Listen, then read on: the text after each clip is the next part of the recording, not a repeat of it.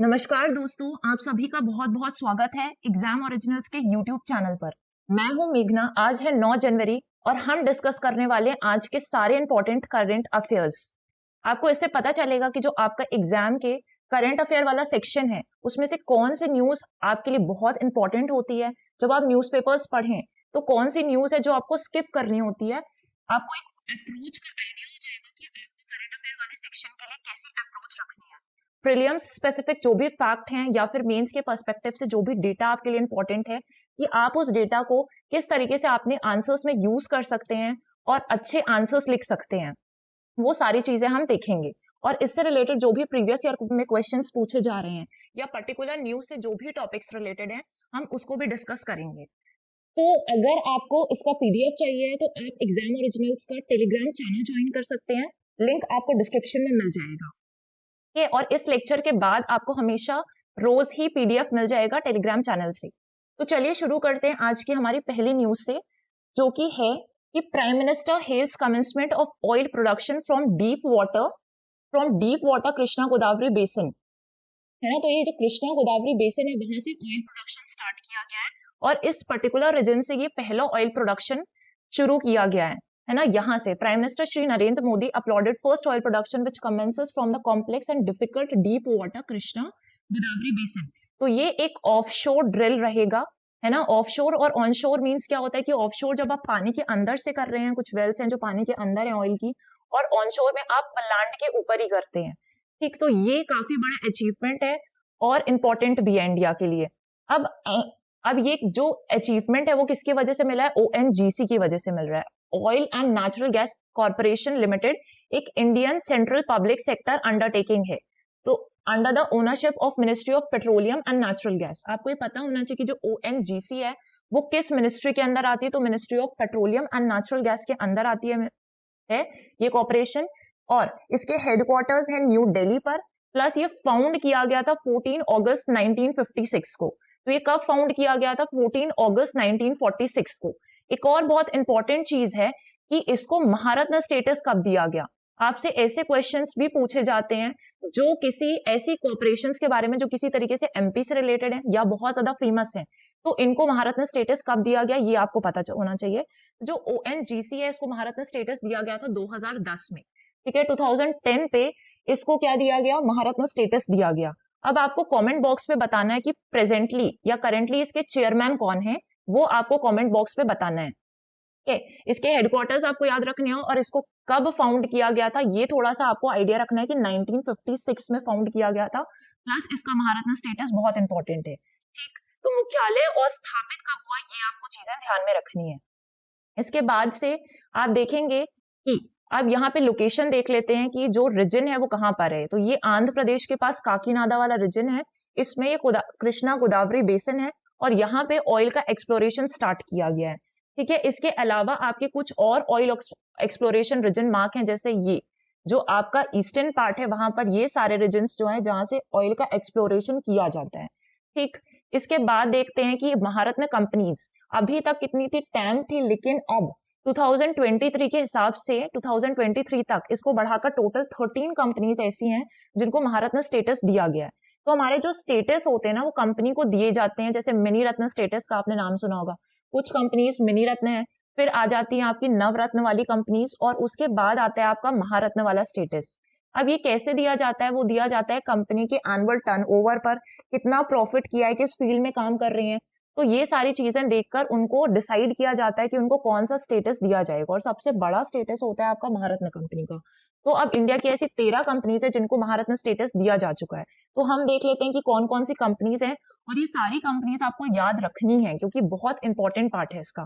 ठीक, अब यहाँ पे सबसे पहले आता है आपका NTPC limited, oil and natural gas corporation limited ONGC, जिसके बारे में अभी हमने पढ़ा। फिर आता है steel authority of India limited SAIL, फिर भारत हेवी इलेक्ट्रिकल्स लिमिटेड भेल, Indian oil corporation limited IOCL, Hindustan petroleum corporation limited, coal India limited, GAIL India limited आपका जो है। उसके बाद से आता है भारत पेट्रोलियम कॉर्पोरेशन लिमिटेड, है ना, Bharat petroleum corporation limited. 10th है power grid corporation of India. फिर आता है 11th पावर फाइनेंस कॉर्पोरेशन को दिया गया है। रूरल इलेक्ट्रिफिकेशन कॉर्पोरेशन लिमिटेड और ऑयल इंडिया लिमिटेड, है ना। ये सारी कंपनीज हैं जिनको भारत में स्टेटस मिल चुका है एज ऑफ 2023 या एज ऑफ 2024 हम बोल सकते हैं हम कि इसको भारत में स्टेटस दिया जा चुका है। अब देखिए ऐसे क्वेश्चंस पूछे जा रहे हैं। भारत हेवी इलेक्ट्रिकल्स लिमिटेड भेल was receive the status of Maharatna, Maharatna company का स्टेटस कब दिया गया? ये 2021 के प्रीलिम्स का एक क्वेश्चन है, देना है कि जब भी आप पढ़ें तो यहाँ पे स्टेटस चेक कर ले। और ऐसी कंपनीज जो कहीं ना कहीं एमपी से रिलेटेड है, जब आप ज्योग्राफी पढ़ेंगे तो उसमें समझ में आएगा कि कौन सी ऐसी कंपनीज है जो एमपी से रिलेटेड है, तो आप उनके स्टेटस याद रखिए और उनका चेयरमैन भी आपको याद रखना है। अब आपको कमेंट सेक्शन पे बताना है कि भेल को महारत्न स्टेटस कौन से ईयर में दिया गया था, ठीक। इसके बाद मूव करते हैं हमारे नेक्स्ट न्यूज पर। अब पीएम ने सजेस्ट किया है, प्राइम मिनिस्टर ने सजेस्ट किया कि जो 3 न्यू क्रिमिनल लॉज आए हैं उनका रोल आउट यूनियन टेरिटरी में इस साल के एंड तक कर दिया जाना चाहिए, ठीक है। पहले डिसाइड हुआ था कि सिर्फ एक ही यूनियन टेरिटरी को सिलेक्ट किया गया था कि सबसे पहले चंडीगढ़ जो है एक यूनियन टेरिटरी है, और अभी तक हमारे पास कितनी यूनियन टेरिटरीज है? 8 यूनियन टेरिटरीज हैं। तो इसमें से सिर्फ चंडीगढ़ को सिलेक्ट किया गया था पहले कि यहाँ पे रोल आउट होना चाहिए, लेकिन अब प्राइम मिनिस्टर ने कहा है, नरेंद्र मोदी जी ने, कि जो सारी यूनियन टेरिटरीज है वहां पर इस 3 न्यू लॉज का रोल आउट किया जाना है इस साल के अंत तक, है ना। अब यहाँ पे रोल आउट में प्रॉब्लम क्या हो जाती है कि जब जैसे ही कोई न्यू लॉज बनाए गए हैं तो यहाँ पे सारी चीजें चेंज होंगी। जैसे आपका जो crime and criminal tracking network and systems हैं, सीसीटीएनएस जो सिस्टम है, उसके तहत जो एफआईआर फाइल होते हैं उसके फॉर्म में भी चेंजेस करने पड़ेंगे। प्लस अगर ये लॉज चेंज हो रहे हैं तो जो पुलिस का इंफ्रास्ट्रक्चर है ना, पुलिस को ट्रेनिंग देनी पड़ेगी, फिर उसके बाद से पूरा इंफ्रास्ट्रक्चर डेवलप करना पड़ेगा नए लॉज के according.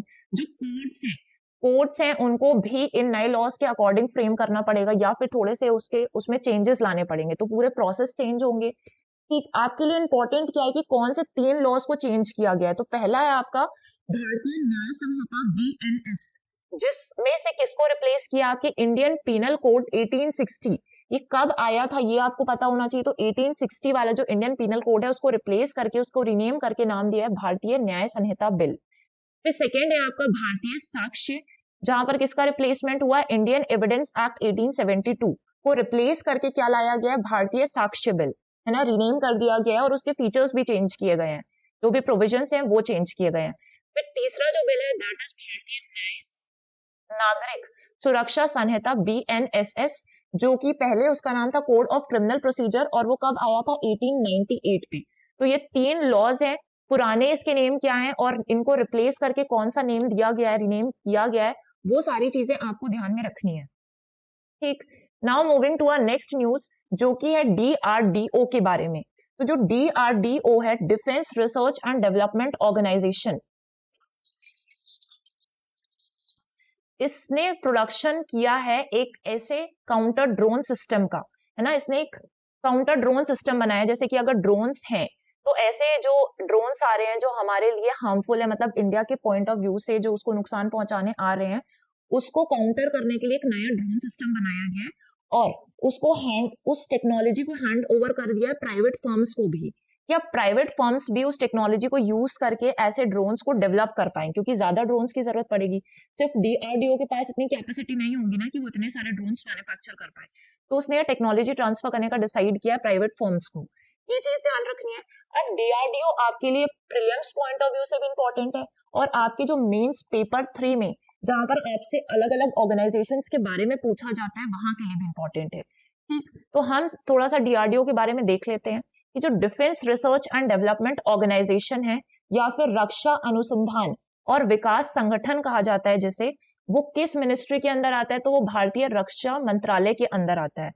It is a research and development wing of the Indian ministry of defence, और इसका मिशन क्या है कि हमें ऐसी चीजें डेवलप, डिजाइन और ऐसे डिफेंस इक्विपमेंट और सेंसर्स डेवलप और डिजाइन करने हैं, ठीक है, जो इंडिया की सुरक्षा में काम आ सके। भारत की सुरक्षा के लिए जो भी चीजें काम की हैं उनको बनाना और डिजाइन करना है।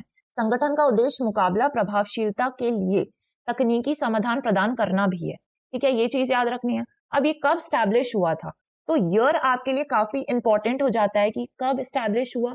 जनवरी 1, 1958 को स्टैब्लिश हुआ, क्योंकि आपको ऑर्गेनाइजेशंस ध्यान रखनी है तो वो कब स्टैब्लिश हुई उसके हेडक्वार्टर्स पता होने चाहिए। तो इसके हेडक्वार्टर्स है न्यू दिल्ली पर, और इसके जो चेयरमैन है डॉक्टर समीर बी कामत। तो प्रेजेंटली इसके जो अध्यक्ष हैं वो कौन है? डॉक्टर समीर बी कामत हैं। स्थापित कब हुआ था? ये 1958 में स्थापित हुआ था, और इसके मुख्यालय कहाँ पर है? दिल्ली पर है। फिर आते हैं नेक्स्ट न्यूज पर, जो कि है विकसित भारत यात्रा। तो अब जो विकसित भारत यात्रा है आपका, वो कब तक के लिए रखा गया है? तो ये रखा गया है 2047 तक। एक्चुअली में इसका एम क्या है कि इसमें गवर्नमेंट ऑफ इंडिया का विजन है, इसमें गवर्नमेंट ऑफ इंडिया का जो विजन है वो क्या है कि इंडिया को एक डेवलप्ड नेशन बनाना है बाय 2047 तक। 2047 में इंडिया जो है अमृतकाल सेलिब्रेशंस करने वाला है ना, इंडिया का अमृतकाल रहेगा 2047 तक। तो यहाँ पे इंडिया के 100 इयर्स ऑफ इंडिपेंडेंस कंप्लीट होंगे, और यहाँ पर ही टारगेट रखा गया है इसमें कि इंडिया को एक डेवलप्ड नेशन बनाना है तब। तो अब ये जो विकसित भारत यात्रा है, इसके 50 दिन पूरे हो चुके हैं, और प्राइम मिनिस्टर ने कहा कि ओवर 12 लाख न्यू एप्लीकेंट्स ने उज्ज्वला स्कीम में अप्लाई किया है ना। तो 12 लाख न्यू एप्लीकेंट्स ने इस पे रजिस्टर किया है उज्ज्वला स्कीम पर। इस यात्रा के अंडर 2 करोड़ लोगों को हेल्थ चेकअप्स प्रोवाइड किए गए हैं, है ना। ये सारी चीजें हैं। इसका मेन एम क्या है कि जो स्कीम्स हैं, है ना, गवर्नमेंट ऑफ इंडिया की जो स्कीम्स हैं वो लोगों तक पहुंचाना, जो डिजर्विंग लोग हैं उन तक ये स्कीम्स का बेनिफिट पहुंचना चाहिए।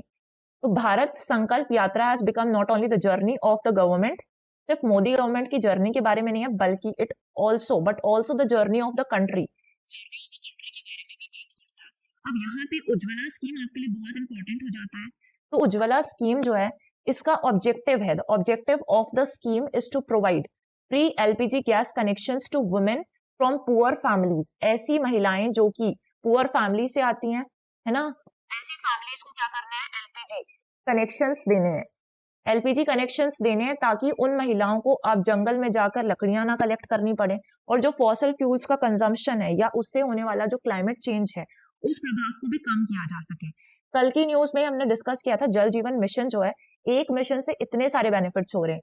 तो यहाँ पर भी आपको अपनी ऑब्जर्वेशन को खुला रखना है। जब भी आप कोई स्कीम पढ़ें तो आप अपनी ऑब्जर्वेशन को ओपन रखें, ताकि उस स्कीम से और भी क्या ऑब्जेक्टिव्स, मतलब और भी क्या बेनिफिट्स हो रहे हैं, वो चीजें आपको ध्यान में रखनी है, ताकि आप उसको अपने आंसर्स में यूज कर सकें, प्लस आपका एक नया पर्सपेक्टिव भी डेवलप हो। Under the scheme clean fuel like LPG is provided to rural and deprived families. इस योजना के तहत ग्रामीण और वंचित परिवारों को एलपीजी जैसा स्वच्छ ईंधन प्रदान किया जाता है। अब इसको स्टार्ट कब किया गया था? 2016 में शुरू किया गया था, और इसका जो नोडल मंत्रालय है पेट्रोलियम एंड प्राकृतिक गैस मंत्रालय, पेट्रोलियम और प्राकृतिक गैस मंत्रालय या ministry of petroleum and natural gas के अंदर ये स्कीम आती है। ठीक, फिर आते हैं हमारे नेक्स्ट न्यूज पर। तो इसमें बात की गई है कि जो गिफ्ट सिटी है, GIFT city is set to host 10th Gujarat global investment summit from tomorrow. GIFT city जो है गुजरात में, वो होस्ट करने वाला है 10th ग्लोबल इन्वेस्टमेंट समिट, और कल से शुरू हो जाएगा, 3 डेज तक ये समिट चलने वाला है। अब इसमें इंपॉर्टेंट क्या चीज हो जाती है कि ये इसका 10th एडिशन है ग्लोबल इन्वेस्टमेंट समिट का, which will be inaugurated by prime minister Narendra Modi. States जो अलग अलग कंट्रीज, वहां के हेड्स आएंगे, पॉलिसी मेकर्स होंगे, वहां के अलग अलग देशों से जो डिप्लोमेट्स हैं वो रहेंगे, टॉप इंडस्ट्रियलिस्ट और जो बिजनेस एग्जीक्यूटिव्स हैं वो सारे यहाँ पर प्रेजेंट रहेंगे। ठीक है, इवेंट में कम से कम 100 देशों का पार्टिसिपेशन दिखाया गया है कि कम से कम 100 देश रहेंगे, जहां से जो भी वहां के रिप्रेजेंटेटिव्स या डेलीगेट्स हैं वो इंडिया आएंगे, इस समिट को ज्वाइन करेंगे। ठीक है, तो 1 लाख विजिटर्स के आने का अनुमान लगाया गया है, including chief executive, business leaders and executives, policy makers, ये सारे लोग आएंगे। अब यहाँ पे किस चीज पे फोकस किया जाएगा? तो इस समिट में टेक्नोलॉजी डेवलपमेंट पे, है ना, और सेक्टर्स जैसे कि सेमीकंडक्टर सेक्टर्स पे, green hydrogen, e mobility, space manufacturing, renewable energy, है ना, फाइनेंशियल सर्विसेज और टेक्नोलॉजी के अलावा इन चीजों पर भी फोकस किया जाएगा।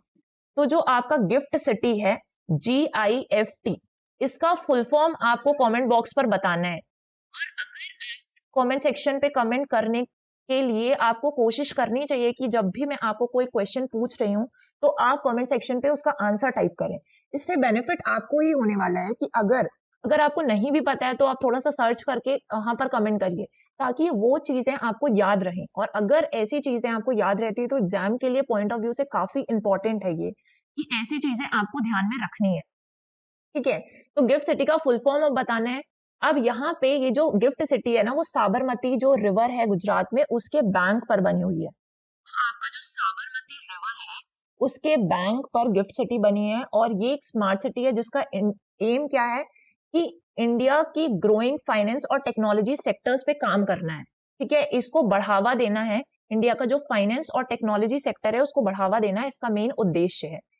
फिर आ जाते हैं नेक्स्ट न्यूज पर, exploring India's diverse cultural heritage through GI tags.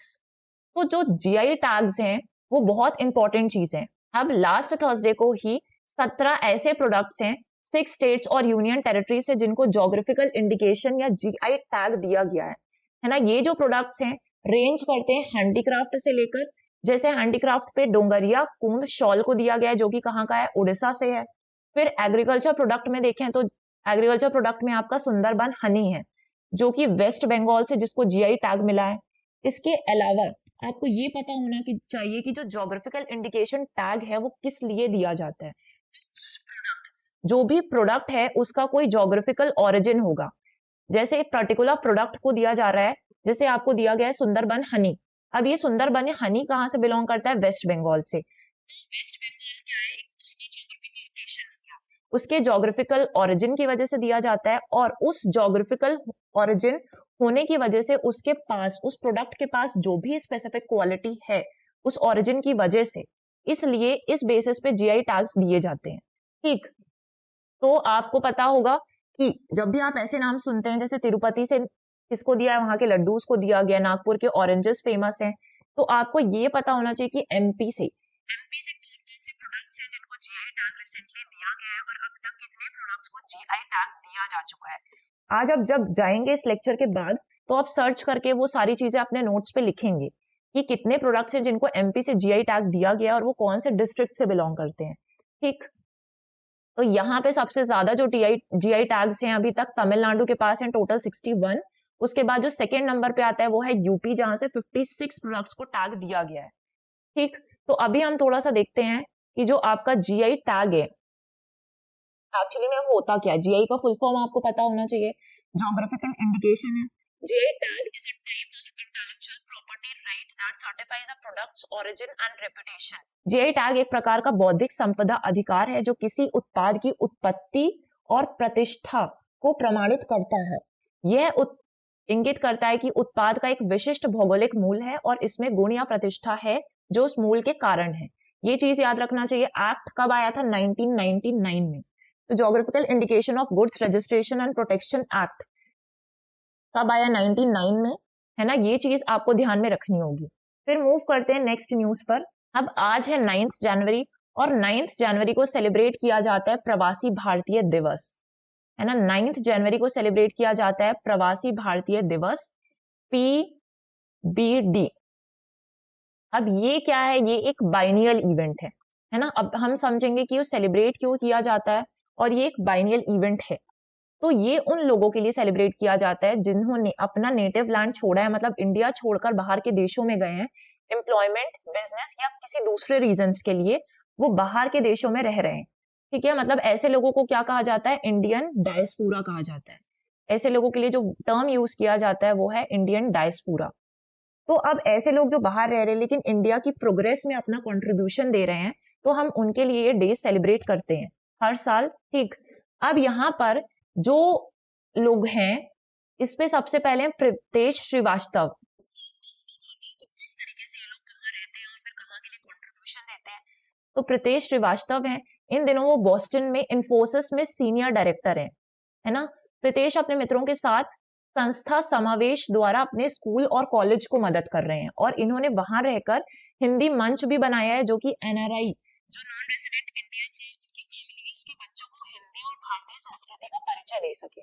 इसके बाद अखिलेश अमर हैं जो होस्टन में रह रहे हैं, और वहां पे उन्होंने एक सेवा इंटरनेशनल, ये national director of disaster response में भी है, और उन्होंने भोपाल, वहां रह रहे हैं, वहां पर तो ये इंडिया की प्रोग्रेस के लिए काम कर ही रहे हैं, लेकिन भोपाल में आदिवासी बच्चों के लिए काम करने वाली सेवा भारती की मदद करते हैं। इस तरीके से और भी एग्जाम्पल्स आप दे सकते हैं कि यहाँ पर एक साइंटिस्ट हैं डॉक्टर सुदेश अग्रवाल, इनका भी अच्छा खासा यहाँ पे कंट्रीब्यूशन रहा है। इन्होंने फ्रेंड्स ऑफ एमपी भी बनाया है ना, और ये वहां के बच्चों को यहाँ पर जो अमेरिकन स्टूडेंट्स हैं उनको यहाँ पर घुमाने भी लेकर आते हैं, भारत की सैर करवाने लेकर आते हैं।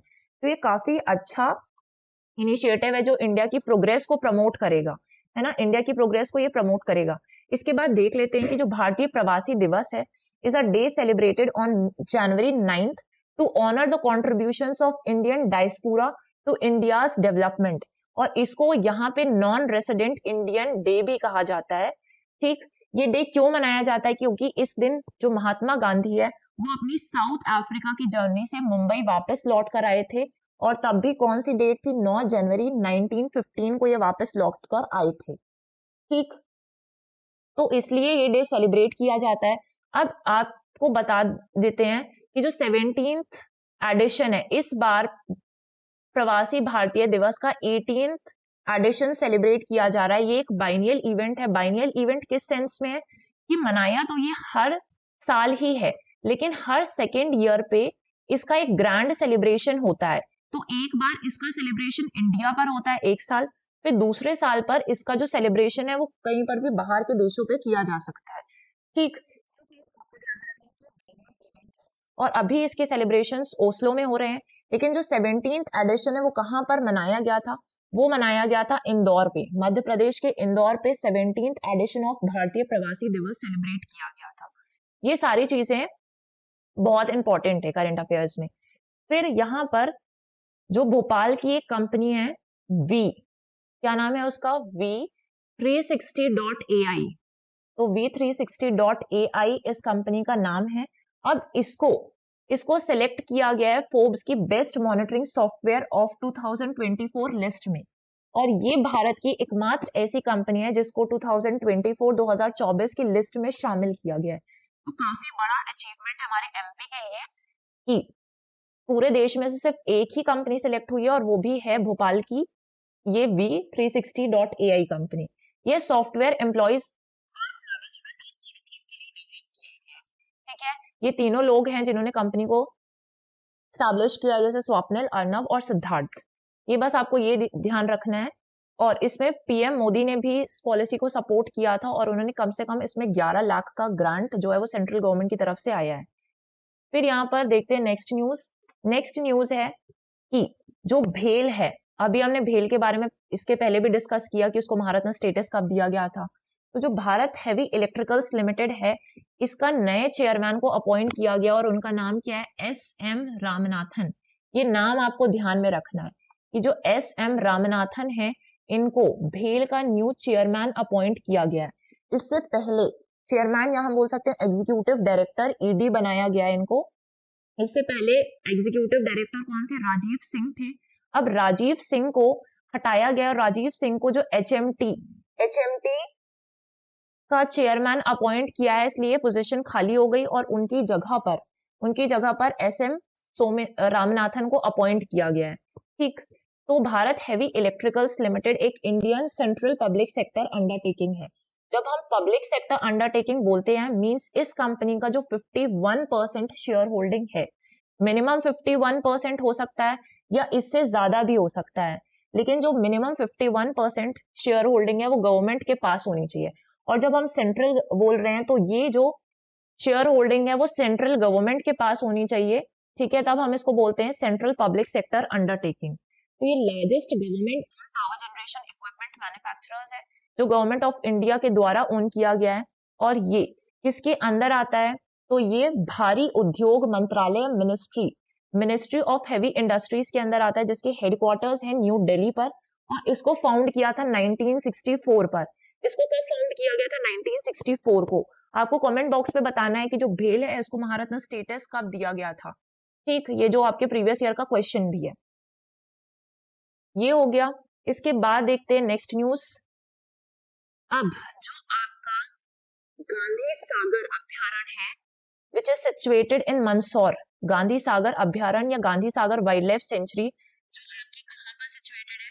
मंदसौर में सिचुएटेड है। तो इसको एक सेकेंड साइट के रूप में डेवलप किया जा रहा है चीता री इंट्रोडक्शन के लिए। तो पहला जो साइट है कहाँ पर इंट्रोड्यूस किए गए थे चीतास, जो अफ्रीकन चीतास लाए गए थे, वो कुनो पालपुर नेशनल पार्क पे इंट्रोड्यूस किए गए थे। तो ये कुनो पालपुर नेशनल पार्क जो है वो श्योपुर पे सिचुएटेड है। अब जो नेक्स्ट साइट सिलेक्ट की गई है वो Gandhi Sagar wildlife century है, जो कि कहाँ पर है, आपकी मंदसौर पर है। अब यहाँ पर 64 स्क्वायर किलोमीटर्स का एक बाड़ा बनकर लगभग तैयार हो चुका है। और इनकी फूड चेन के लिए, है ना, कि फूड चेन कंप्लीट करने के लिए यहाँ पर 1400 से ज्यादा चीतल हिरन यहाँ पर लाए जाएंगे, ये बोला गया है। तो अब कहाँ कहाँ से जो आपके ये चीतल हिरन है वो कहाँ कहाँ से लाए जाएंगे? 500 लाए जाएंगे आपके कान्हा नेशनल पार्क से। फिर इसके अलावा जो वन विहार नेशनल पार्क है भोपाल में, वहां से 250 ये चीतल हिरन लाए जाएंगे। उसके बाद से जो नरसिंहगढ़ अभ्यारण्य या नरसिंहगढ़ वाइल्ड लाइफ सेंचुरी है राजगढ़ में सिचुएटेड है, यहाँ से 250 चीतल को यहाँ पर लाया जाएगा Gandhi Sagar wildlife sanctuary में, which is situated in Mandsaur, ठीक, which is going to be the second site for cheetah री इंट्रोडक्शन। के बाद नेक्स्ट है हमारे स्पोर्ट्स की न्यूज। तो रियान, जो आपके क्या नाम है इनका, रियान पराग जो है, ये असम से बिलोंग करते हैं और रणजी ट्रॉफी में इन्होंने इतिहास रचा है। रणजी ट्रॉफी में इतिहास रचा है। ये दूसरे सबसे तेज शतक लगाने वाले क्रिकेटर बन चुके हैं। अब तो पहले कौन थे? ऋषभ पंत थे, जो दिल्ली से हैं। इसके बाद रियान जो है अब सेकेंड नंबर पर आ चुके हैं, असम से बिलोंग करते हैं, ये ध्यान में रखना है। और थर्ड नंबर पे हमारे नमन ओझा, नमन ओझा जो है वो एमपी से बिलोंग करते हैं। आपको कमेंट सेक्शन पे बताना है कि जो नमन ओझा है वो कौन से डिस्ट्रिक्ट से बिलोंग करते हैं एमपी पर, क्योंकि ये थर्ड ऐसे क्रिकेटर है जो रणजी ट्रॉफी की सबसे तेज शतक लगाने पर थर्ड नंबर पर आते हैं, इसलिए इंपॉर्टेंट है। और इनका नाम तो आपको याद ही रखना है, रियान पराग का, जो कि असम से बिलोंग करते हैं। इसके अलावा वो कौन सी ट्रॉफीज में भी अच्छे परफॉर्मर या टॉप परफॉर्मर रह चुके हैं? तो पहला है आपका देवधर ट्रॉफी और सेकंड है सैयद मुश्ताक ट्रॉफी। तो जो देवधर ट्रॉफी है ना वो इंडियन डोमेस्टिक क्रिकेट के लिए दिया जाता है, इसलिए आपको ध्यान रखना है कि जो देवधर ट्रॉफी है वो किससे रिलेटेड है? डोमेस्टिक क्रिकेट से रिलेटेड है। और किसके ऑनर पर ये दिया जाता है? तो प्रोफेसर डीबी देवधर के ऑनर पे ये दिया जाता है। ये भी आपको चीज याद रखनी है कि देवधर ट्रॉफी उनके नाम पर ही रखी गई है। और इनको क्या कहा जाता है? Grand old man of Indian cricket. इनको किस नाम से जाना जाता है? तो इनको जाना जाता है grand old man of Indian cricket के नाम से भी इन्हें जाना जाता है। ठीक है, नेक्स्ट है आपका सैयद मुश्ताक ट्रॉफी। तो Syed Mushtaq trophy domestic T20 cricket championship के लिए दिया जाता है, ये इंडिया में ही दिया जाता है। और ये किसके द्वारा दिया जाता है? तो ये जो सैयद मुश्ताक ट्रॉफी है वो BCCI means board of control for cricket in India के द्वारा दिया जाता है। और उन टीम्स को दिया जाता है जब टूर्नामेंट ऑर्गेनाइज किया जाता है, जो रणजी ट्रॉफी की टीम्स हैं उनके अमंग एक टूर्नामेंट होता है, क्रिकेट का टूर्नामेंट, और फिर उनमें से जो भी जीतता है उसको सैयद मुश्ताक अली ट्रॉफी दी जाती है।